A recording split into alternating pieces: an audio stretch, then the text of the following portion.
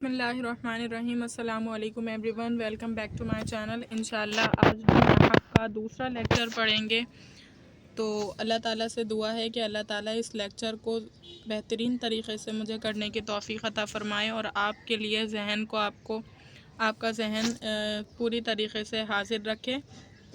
تو شروع کرتے ہیں لیکچر کو۔ تو ہمارے پاس سب سے پہلے جو چیز ذکر کی جاتی ہے کلمہ و کلام کے حوالے سے، ٹھیک ہے۔ نحو میں کلمہ و کلام کی بات کی جاتی ہے کہ کلمہ و کلام کسے کہتے ہیں، اور اس کا جو بیسیکلی موضوع ہے وہ یہی ہے، کلمہ و کلام۔ موضوع کا مطلب یہ ہوتا ہے کہ کسی بھی علم میں کس چیز کی بات کی جائے گی، ٹھیک ہے۔ اس دن بھی جیسے مثال کے ذریعے سے میں نے بتایا تھا کہ جو ہمارے پاس کسی بھی بائیولوجی کا علم ہے، اس میں جو ہے انسان اور جانداروں کے حوالے سے بات کی جاتی ہے، یعنی وہ کیسے کھاتے ہیں، اگر وہ کھانا کھاتے ہیں تو کس طرح سے ہضم ہوتا ہے۔ میں مثال کے طور پر بتانے کے لیے آپ کو سمجھا رہی ہوں بس کہ موضوع کا کیا مطلب ہوتا ہے، یعنی اس علم کا موضوع کسی بھی جاندار کو پڑھنا ہے، جاندار اس کا موضوع ہے، ٹھیک ہے۔ تو علم نحو ایک علم کا نام ہے، پہلے بھی میں نے آپ کو بتایا تھا، اور اس کا جو موضوع ہے وہ کلمہ اور کلام ہے۔ کلمہ اور کلام کا مطلب میں تھوڑا سا بتا دیتی ہوں کہ کلمہ اور کلام کا مطلب یہ ہے کہ کلمہ ایک لفظ کو کہتے ہیں۔ کلمہ کسے کہتے ہیں؟ کلمہ صرف ایک لفظ کو کہتے ہیں۔ اور کلام کیا ہوتا ہے؟ کلام جب دو تین لفظ آپس میں مل جاتے ہیں تو ایک جملہ بن جاتا ہے، ٹھیک ہے۔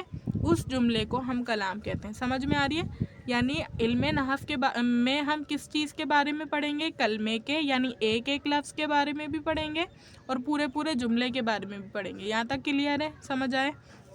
تو اب شروع کرتے ہیں اپنا لیکچر پراپرلی۔ تو دیکھیے کیا لکھا ہے کہ جو بات آدمی کی زبان سے نکلے اس کو لفظ کہتے ہیں۔ ہم لفظ کسے کہتے ہیں؟ کہ جو بھی بات ہم کر رہے ہیں، جیسے کہ ابھی میں بول رہی ہوں تو یہ جو کوئی بھی بات میں کر رہی ہوں، جو بات بھی میری زبان سے نکل رہی ہے تو اس کو میں لفظ کہوں گی یا الفاظ کہوں گی، ٹھیک ہے۔ پھر لفظ اگر با معنی ہے تو اس کا نام موضوع ہے، اور اگر بے معنی ہے تو مہمل، ٹھیک ہے۔ اور پھر میں بات جو کر رہی ہوں اگر وہ با معنی ہے تو اس کا مطلب کیا ہوگا؟ کہ وہ موضوع ہے، اس کا نام کیا ہوگا؟ موضوع، ٹھیک ہے۔ اگر میری بات امپورٹنٹ ہے، با معنی ہے، تو یہ موضوع ہے، اور اگر بیکار بات ہے، کوئی کام کی نہیں ہے تو وہ مہمل ہے، ٹھیک ہے۔ سمجھ آ رہی ہے یہاں تک؟ اگر کام کی بات ہوگی، کسی مقصد کی بات ہوگی تو وہ موضوع، یہ نہیں کہ اب ایسے نہیں کہہ سکتے آپ کہ اگر کوئی بات آپ کے کام کے لیے نہیں ہے تو وہ موضوع نہیں ہے، اور اگر آپ کے کام کے لیے تو موضوع ہے، نہیں، ایسا نہیں ہوتا۔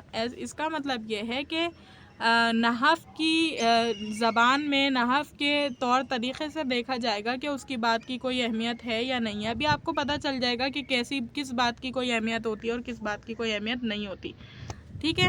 یہ نہیں کہ آپ کے مقصد کی بات ہے تو وہ موضوع ہے، آپ کے مقصد کی بات نہیں ہے تو وہ موضوع نہیں ہے۔ سمجھ آ رہی ہے میری بات؟ بامعنی بات کو موضوع کہتے ہیں اور بیکار بات کو مہمل کہتے ہیں۔ اور لفظ کیا ہے؟ لفظ کسی بھی آدمی کی زبان سے جو بھی نکلے وہ لفظ ہے، لیکن پھر لفظ کو کیٹیگرائز کر دیا، دو حصوں میں تقسیم کر دیا، ایک بامعنی ہے تو وہ موضوع، اور اگر بیکار ہے، کسی معنی کی نہیں ہے تو وہ مہمل، ٹھیک ہے۔ پھر دیکھیے عربی زبان میں لفظ موضوع کی دو قسمیں۔ اب عربی زبان میں جو لفظ موضوع ہے، یعنی کام کا جو لفظ ہے، بیکار نہیں ہے، وہ کام کا جو لفظ ہے اس کی دو قسمیں، یا تو وہ مفرد ہوگا یا مرکب ہوگا۔ یعنی مفرد کا مطلب ہے ایک، یا تو وہ لفظ ایک ہوگا جو کام کا لفظ ہے، یا پھر وہ مرکب ہوگا، یعنی بہت سارے لفظ اس میں ملے ہوئے ہوں گے، جس نے ایک مرکب تیار کر لیا ہوگا، ترکیب بنا لی ہوگی، ٹھیک ہے۔ سمجھ آئی؟ ہم نے موضوع پڑھا، موضوع کے بارے میں کہا کہ دو قسمیں، مفرد اور مرکب۔ مفرد ایک لفظ کو کہتے ہیں، مرکب بہت سارے لفظ جب مل جاتے ہیں تو وہ مرکب بنا لیتے ہیں، ٹھیک ہے۔ پھر مفرد کی جو ہے تفصیل بیان کر رہے ہیں کہ مفرد اس اکیلے لفظ کو کہتے ہیں جو ایک معنی بتائے۔ مفرد کسے کہیں گے؟ ایک اکیلا لفظ جو معنی بتائے، اس کو کلمہ بھی کہتے ہیں، ٹھیک ہے۔ مفرد ایک لفظ ہے، ایک اکیلا سا لفظ ہے، وہ ایک معنی بھی بتاتا ہے تو وہ کلمہ کہلاتا ہے، ٹھیک ہے۔ مفرد کو کلمہ بھی کہتے ہیں۔ کلمے کی تین قسمیں۔ اب یہ جو کلمہ صرف ایک سنگل ورڈ تھا، اس کو ہم تین حصوں میں تقسیم کر رہے ہیں، ایک اسم، ایک فعل اور ایک حرف، صحیح۔ پھر اب کیا ہوا کہ اسم وہ کلمہ ہے جس کے معنی بغیر دوسرے کلمے کے ملائے معلوم ہو جائے، یعنی ایک اسم ایک کلمہ ہے، اسم، ٹھیک ہے، اسم کس کی قسموں میں سے؟ کلمے کی قسموں میں سے۔ اسم ایک لفظ ہے، اسم ایک کلمہ ہے جو کہ اپنے معنی بتانے میں کسی دوسرے کا محتاج نہیں ہوتا، صحیح ہے۔ اگر وہ اکیلا بھی لکھا ہوا ہے نا تو مجھے اس کے معنی سمجھ آ جائیں گے۔ مثال کے طور پر میں پہلے آگے پڑھنے کی بجائے پہلے آپ کو یہ سمجھا دیتی ہوں کیا مطلب کہ اس کے معنی پہلے بغیر کسی کے جوڑے سمجھ میں آ جائے۔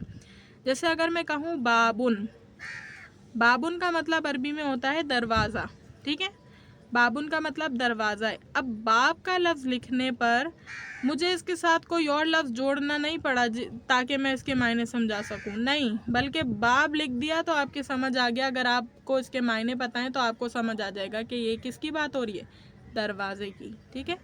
یعنی باب ایک ایسا لفظ ہے جو کہ ایک اسم ہے، اور اسم کیسے پتہ چلا کہ اگر اس کے ساتھ کوئی اور لفظ نہیں بھی لگایا جائے تو اس کے معنی ہمیں سمجھ میں آ جاتے ہیں، اور اس میں تینوں زمانوں ماضی حال مستقبل میں سے کوئی زمانہ نہ پایا جائے، ٹھیک ہے۔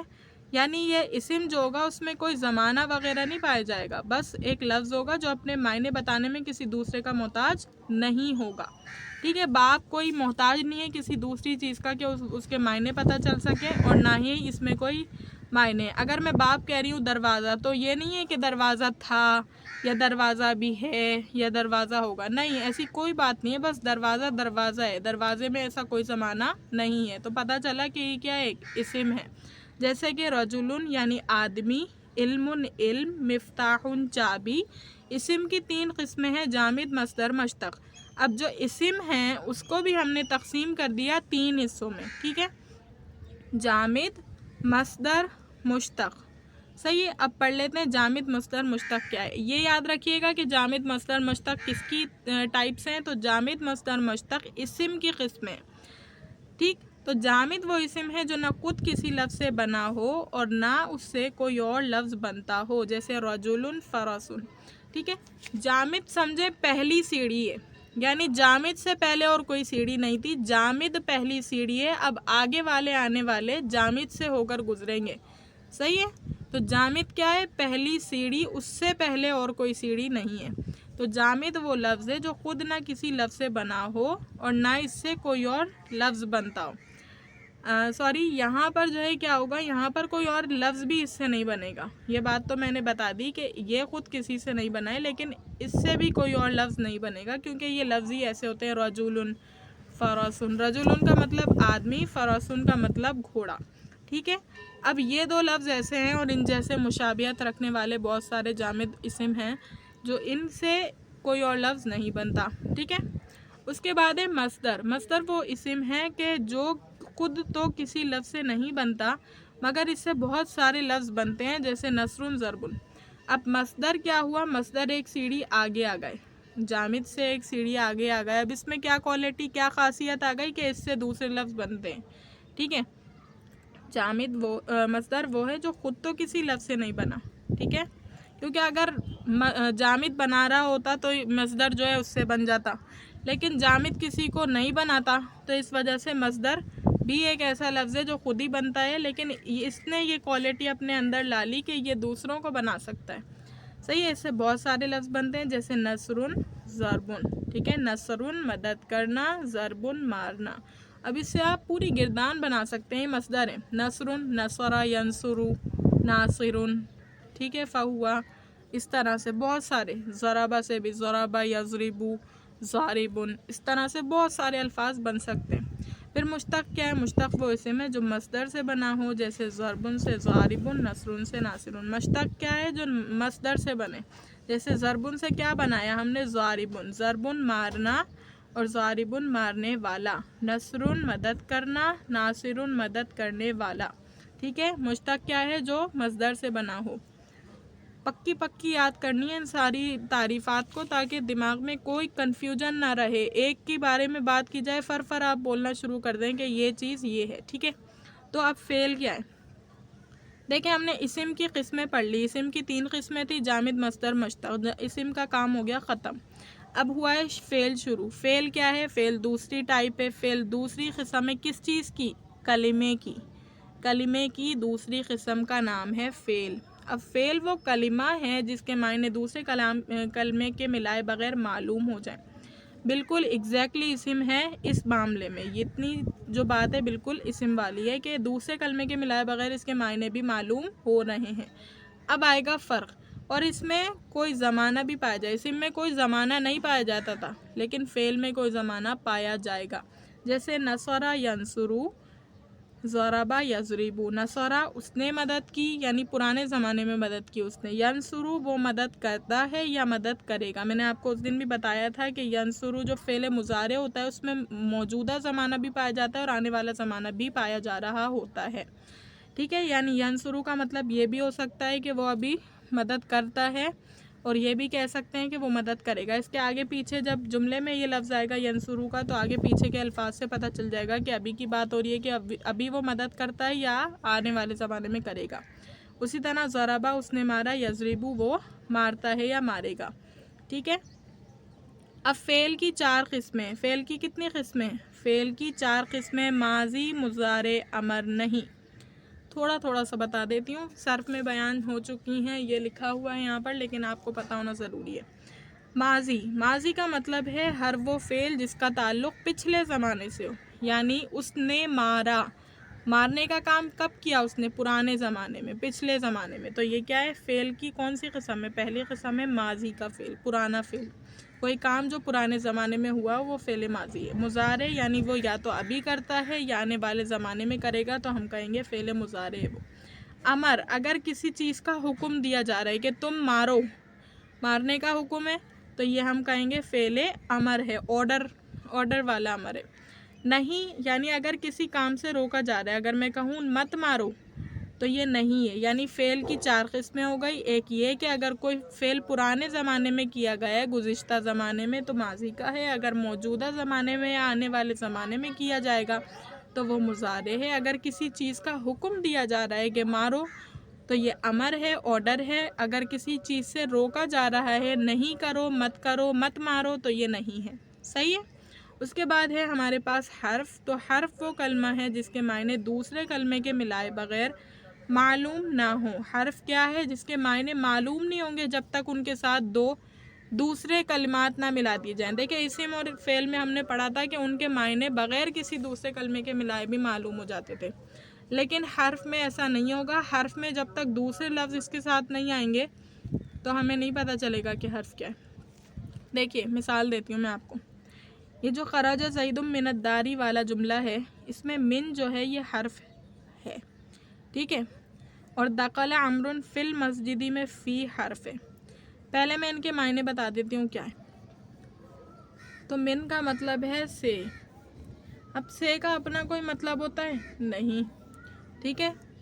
اب سے کا اپنا مطلب کوئی نہیں ہوتا تھا جب تک یہ کسی جملے میں کسی فعل یا کسی اسم کے ساتھ جڑ کر نہ آ جائے. اب دیکھیں خرج زید من الدار جب جملے میں آیا، اس جملے میں من آیا تو اب اس کے کتنے اچھے معنی ہو گئے. خرجہ نکلا، زید نکلا زید، من الداری اپنے گھر سے. تو سے بامعنی ہو گیا. کیوں بامعنی ہو گیا؟ کیونکہ اس کے ساتھ فعل یا اسم ملا تب ہی یہ بامعنی ہوا، ورنہ یہ بامعنی نہیں ہو سکتا تھا. دخل عمرو فی المسجد. فی میں نے آپ کو بتایا تھا فی کے معنی ہیں میں. ٹھیک ہے. تو دخل داخل ہوا، عمرو امر داخل ہوا، امر فی المسجد مسجد کے اندر. اندر کا ویسے کوئی مطلب نہیں تھا، اندر کوئی بولتے رہے معنی سمجھ نہیں آئیں گے، لیکن داخل ہوا امر مسجد کے اندر، اس سے بالکل اس کے واضح معنی سمجھ میں آ جاتے ہیں. ٹھیک ہے. تو امید کرتی ہوں آپ کو یہ لیکچر سمجھ آیا ہوگا. میں آپ کو اس کی سمری پہلے بتا دیتی ہوں تاکہ آپ کے لیے کنفیوژن نہ ہو. ٹھیک ہے. آج ہم نے یہ پڑھا کہ ہم علم نحو میں کس کا ذکر کرتے ہیں؟ کلمہ اور کلام کا ذکر کرتے ہیں. اب کلمہ کیا ہے؟ کلمہ ایک لفظ کو کہتے ہیں اور کلام پوری بات کو کہتے ہیں. کلام کر رہا ہے وہ آپ سے، یعنی پوری بات کر رہا ہے. ٹھیک ہے. پھر ہم نے کہا جو کلمہ ہوتا ہے وہ کلمے سے پہلے ہم نے یہ بات پڑھی کہ جو کچھ بھی بات آدمی کی زبان سے نکلے وہ کیا کہلاتا ہے؟ وہ جو ہے آپ کے پاس لفظ کہلاتا ہے. ٹھیک ہے. پھر لفظ کی 2 قسمیں پڑھی کہ اگر وہ با معنی بات ہو تو وہ موضوع کہلاتا ہے، اگر بے معنی بات ہو تو وہ مہمل کہلاتا ہے، یعنی بیکار کہلاتا ہے. پھر جو با معنی بات تھی یعنی موضوع تھا، اس کی ہم نے 2 قسمیں بنائی، کلمہ اور مفرد اور مرکب. آگے اس کو وہی کہیں گے جو میں ابھی کہہ رہی تھی، لیکن ابھی آپ کے لیے اتنا ہی. مفرد اور مرکب. مفرد اکیلا لفظ، ایک لفظ، اور اس کو کلمہ بھی کہتے ہیں. ٹھیک ہے. کلمے کی 3 قسمیں: اسم، فعل اور حرف. پھر اسم کی بھی ٹائپس پڑھی: جامد، مصدر، مشتق. ٹھیک ہے. صحیح ہے. جامد وہ تھا جو خود نہ کسی سے بنتا ہے نہ اس سے اور کوئی بنتا ہے. صحیح ہے. پھر مصدر کیا تھا؟ جو خود کسی سے نہیں بنتا لیکن اس سے بہت سے لفظ بنتے ہیں. پھر مشتق کیا تھا؟ جو مصدر سے بنا ہو. صحیح، یہ پڑھ لیا ہم نے. پھر ہم نے پڑھا فعل. فعل وہ تھا جو اپنے معنی بتانے میں کسی کا محتاج نہیں ہوتا لیکن اس میں کوئی زمانہ پایا جاتا ہے. اور فعل کی 4 قسمیں: فعل ماضی، فعل مضارع، فعل امر اور فعل نہیں. پھر ہم نے حرف پڑھا جو اپنے معنی بتانے میں دوسرے لفظوں کا محتاج ہے، یعنی اس کے معنی جب تک معلوم نہیں ہو سکتے جب تک کوئی فعل یا اسم اس کے ساتھ ملے نہ.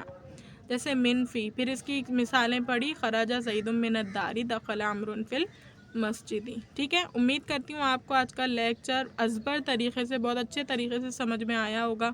اللہ تعالیٰ سے دعا ہے کہ اللہ تعالیٰ ان لیکچرز کو پڑھنے پڑھانے کو ہماری نجات کا ذریعہ بنائیں. وآخر الدعوانا ان الحمد للہ رب العالمین. السلام علیکم.